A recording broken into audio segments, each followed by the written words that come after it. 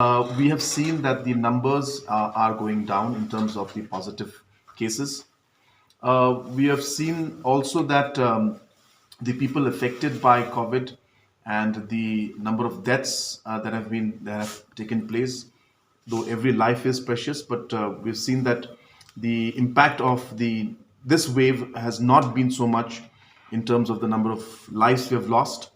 Number three, we've also seen that the lives that we have lost are not directly COVID related, though were COVID positive, but they had other serious conditions. So, therefore, keeping all of these factors in mind, we are seeing a trend, and this is based on facts and figures.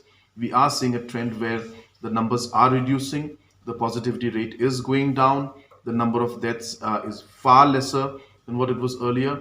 And therefore, while we always try to balance between the safety and health of the people and the economic conditions, activities, we strongly feel that normalcy must return.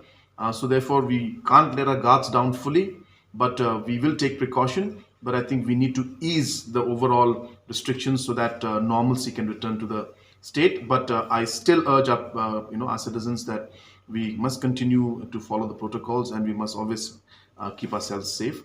But we are hopeful and we hope that we will see things improve in the future also. But one has to be careful still, and we cannot take things lightly.